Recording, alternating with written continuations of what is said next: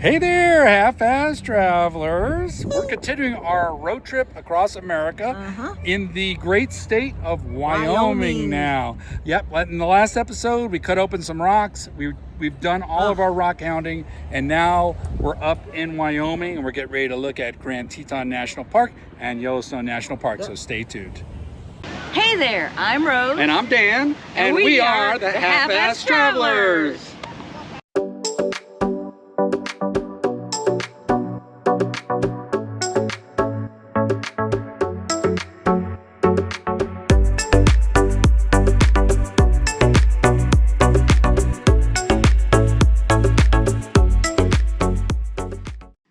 We start our journey north from Delta, Utah, past Salt Lake City and into Wyoming.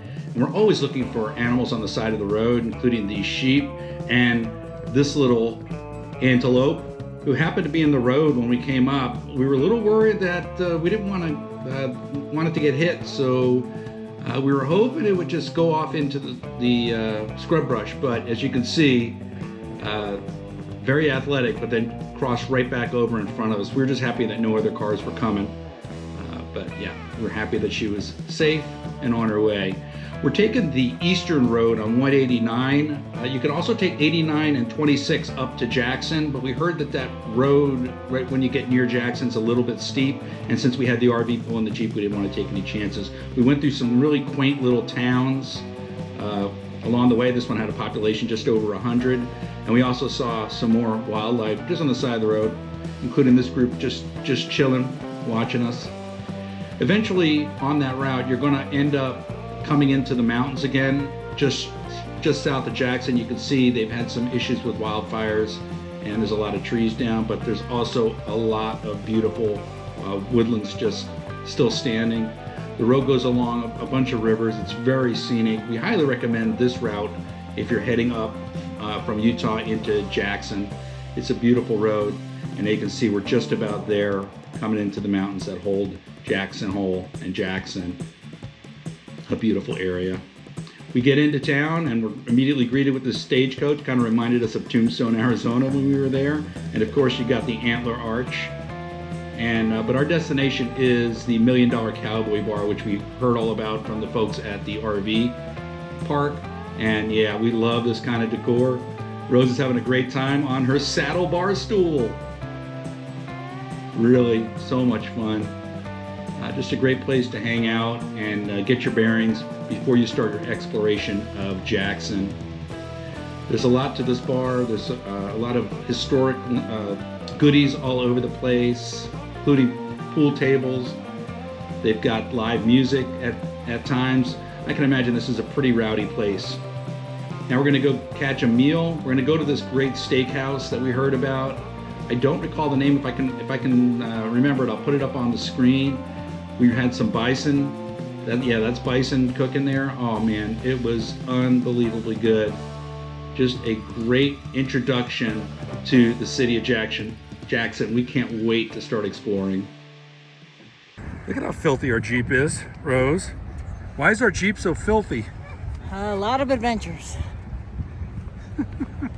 While we're here in Jackson, we're going to be staying at the Virginian RV Park, which is right in the center of the action. Not in the center of downtown. That's a very short drive away, but there is a lot of restaurants and stores and shops and everything you would want within walking distance. Now this RV park is a little bit different because it's also combined with the Virginian Lodge, which is in the front half. So you've got the RV park here at a back entrance, and you've got the Virginian Lodge up front. I'm going to be showing you a little bit of that lodge because those of you staying at the RV park can use the pool and hot tub facilities at the lodge.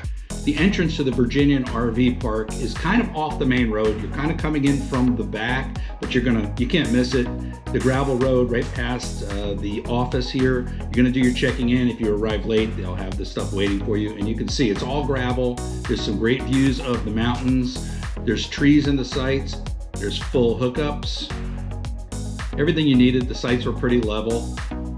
Again, those beautiful views. You can see up the mountain. There's some gondolas up there, and yeah, it's just a really scenic. You see our site was right along the power station in the back, but it didn't bother us at all. This is the wash house. I'm going to take a look inside. The laundry's in here as well. It's pretty spacious. There's a room to hang out and wait for your laundry to be done. They've got the dispensing machines for all the stuff you need, change and soap. Plenty of washers and dryers. Wasn't really busy when we were there.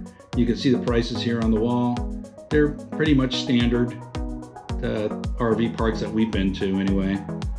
The bathrooms were I'd say middle of the road. Not bad, very clean, but shower curtains and the wood on the floor was a nice touch. The little stools there to help you with getting dressed and undressed. And of course, we're always encouraging people to clean up after themselves. Now we're gonna go up front to the lodge and take a look what's up here.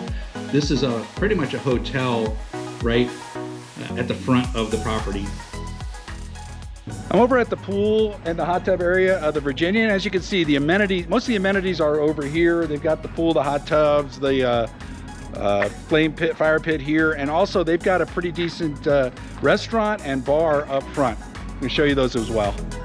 We were very busy exploring the area. We didn't have much time to partake in the activities here, but if you have children or families, this is a great large area to hang out. And then for the adults, of course, what lodge would be complete without a saloon? And they've got live music at night, really kitschy decorations behind the bar. And of course, you got the moose head on the wall. I think that's standard in every Jackson building we were in. Everyone had a moose head. Now we just need to see a moose. Billy's at the bar. Yeah, really nice touch there. This is the check-in area for the hotel, and they've got the Bighorn sheep there. There's a little bit of a store here, and of course, you've got a drive-in liquor store. We just came from Utah, so this is a total alien sight for us. Drive-in liquor, okay. Let's go over and check out the restaurant up front. Some seating out front if you need to wait, and then just standard fare. I'm not gonna say it was like cafeteria-like, but it was a standard country restaurant. Overall, we really like this resort. It has a lot to offer, and there's not that many options here in the Jackson area. If there was one complaint we have, it's the Wi-Fi. There isn't any. That's right, you heard me correctly. There's no Wi-Fi. Basically, they do have Wi-Fi up at the lodge, but you'd have to go up there to use it, and it's a separate password. They don't have a Wi-Fi here at the park.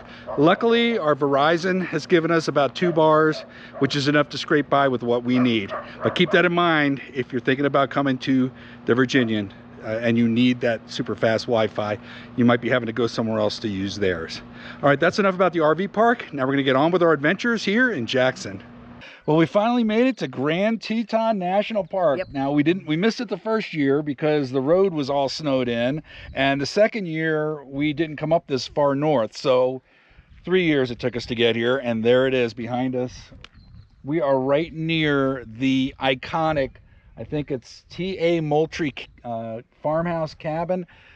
We stopped a little shy of it because there's this whole little area with all these really old buildings and very interesting buildings. Plus everybody else has that picture. We wanted a different picture, and plus Ruby's in the picture, so how could it get any better than that, right? Right. We're going to be driving around Grand Teton National Park today. We're going to be stopping at all these scenic spots And looking for moose. Oh yeah, we didn't see any on the road in, but we may have gotten a little late of a start. We didn't get started till about 8 o'clock. I think you're better off best off trying to see the moose like probably between 6 and 7. I don't know. We were sleeping in. All right, but we're gonna go around the park. We're gonna show you what we see. You're gonna explore it with us as we go. Yep. You ready? Ready. Let's do it. Across from the T.A. Moultrie Barn, these buildings were really cool. We just wish that we were able to go in and explore within the buildings. I don't know if they're part of the park or if this is private property, but it'd really be nice if they allowed access to this area. It's really cool.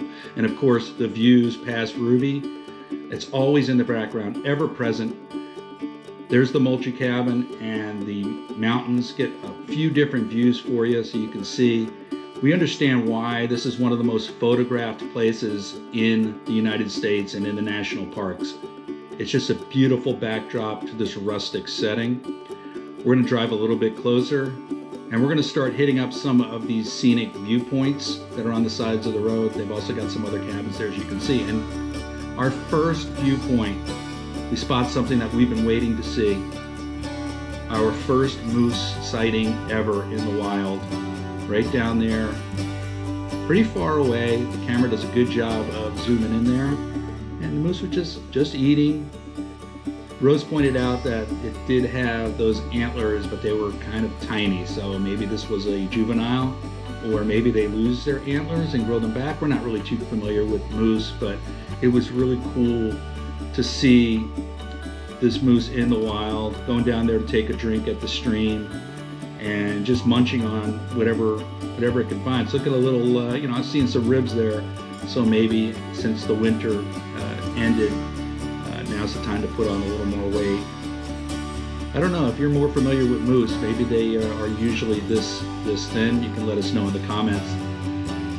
Just a beautiful specimen. We sat there for a while watching this moose. Really, it was a special moment for us. It was one of the things that really made our trip.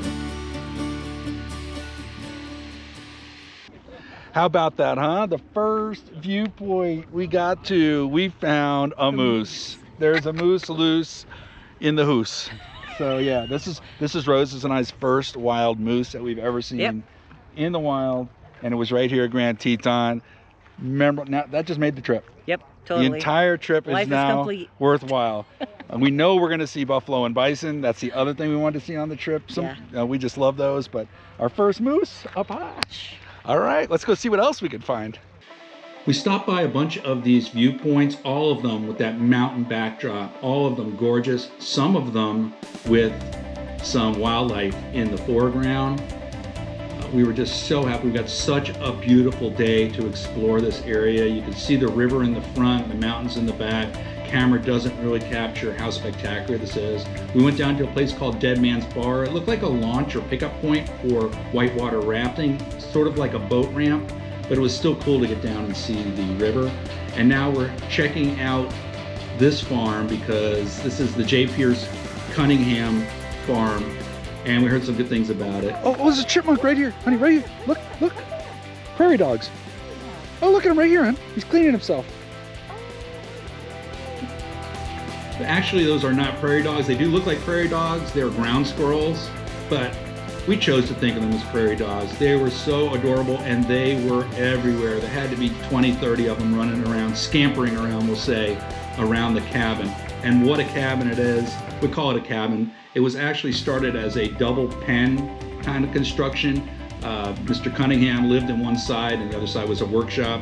Later on, he changed this into one side being a smithy and the other side being a barn.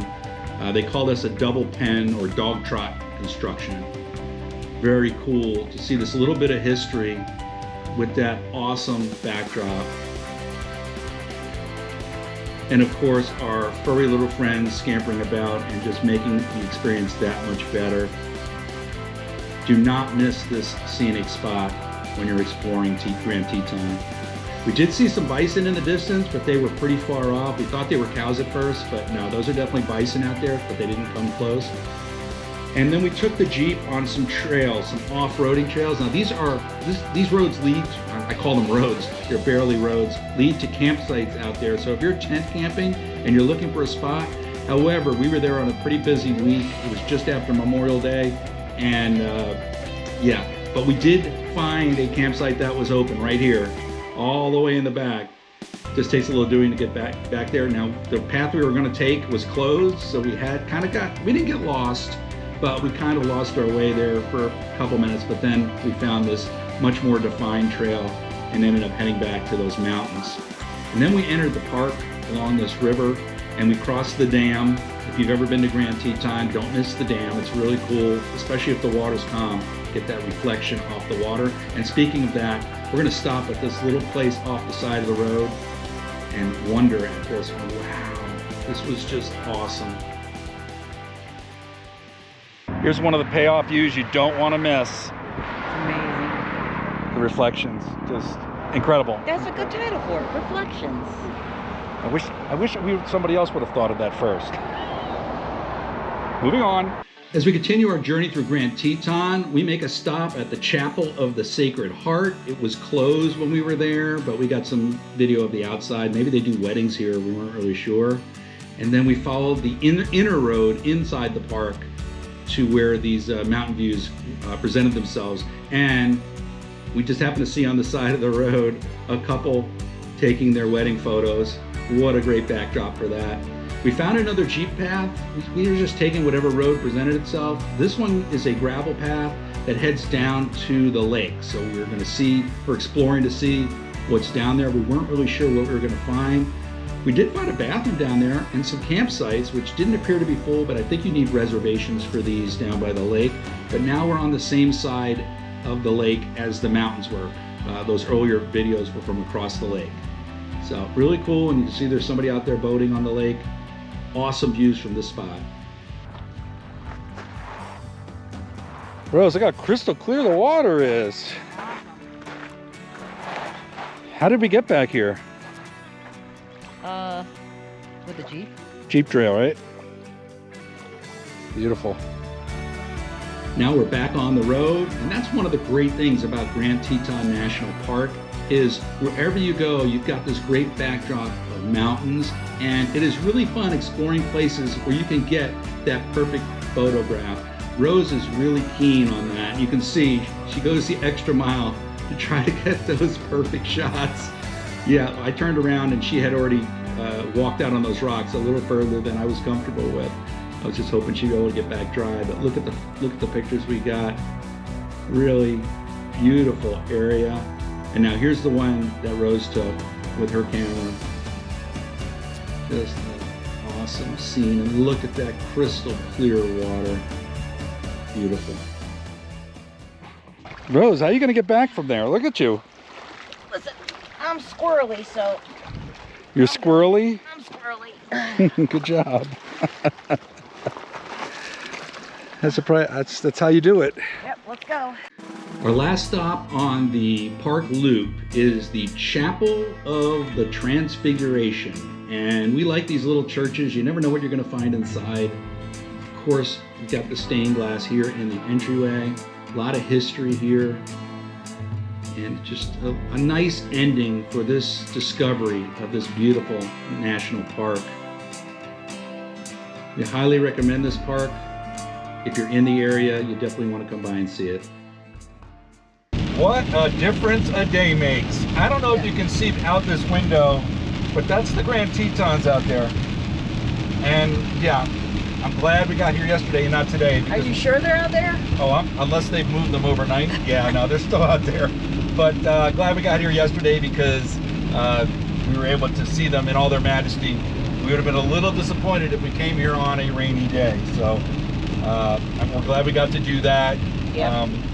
Really happy with our stay in Jackson and seeing Jackson Hole. It's a really neat town. Yeah. Really neat place. One more note on that RV park that kind of left a sour taste in our mouth. Yeah. You know, they're real sticklers about their 5-mile-an-hour speed limit, and when we came in the park, we were certain we were doing only 5 miles an hour. In fact, we were watching the speedometer. We had just talked to them on the way in. Well, about 3 hours later, we get a knock on our RV door, and the guy's telling us, hey, just to let you know, you got to keep the speed down. And we knew we had the wrong person because we had been there for 3 hours. We had the wrong person. I said, what? He goes, I'm sorry, they just told me, you know, they tell me what to do and I do it. Obviously he had the wrong people, but still, I mean, even if we were the right people, take the second why? exit on US 26. If we were doing maybe 6 or 7 miles an hour, why even do that? The park was nearly empty, and I just don't understand why you would do that and leave a sour taste in your mouth. It doesn't seem like a very good business plan. I don't know. We've seen some comments online that people complaining about the being sticklers to rules, and we love it when there's rules, because when there are no rules, there's anarchy and people are walking through sites and all that other nonsense. But this was a little bit extreme, we thought. Yeah. So that left a sour taste in our mouth. So you can hear our GPS is talking to us. All right, so that's going to wrap it up for our stay here in Jackson. If you enjoyed that video, please consider subscribing, and if you do, make sure you ring the bell for notifications to be told every time we post a new video. Also, give us those likes, those thumbs up, go a long way to support the channel. And if you're watching on a mobile device, if you could hype the channel, that would help us as well. You can follow us on Facebook and Instagram, because where are we headed, Rose? We're headed to Yellowstone. We are northbound and down in some blustery weather, going up to Yellowstone and hoping we get better weather this time. because I don't know if you remember last year's videos or 2 years ago's videos, it snowed on us almost the entire time we were there. Yeah, and it was late snow. So we're hoping it's better this time. So stay tuned for the next video.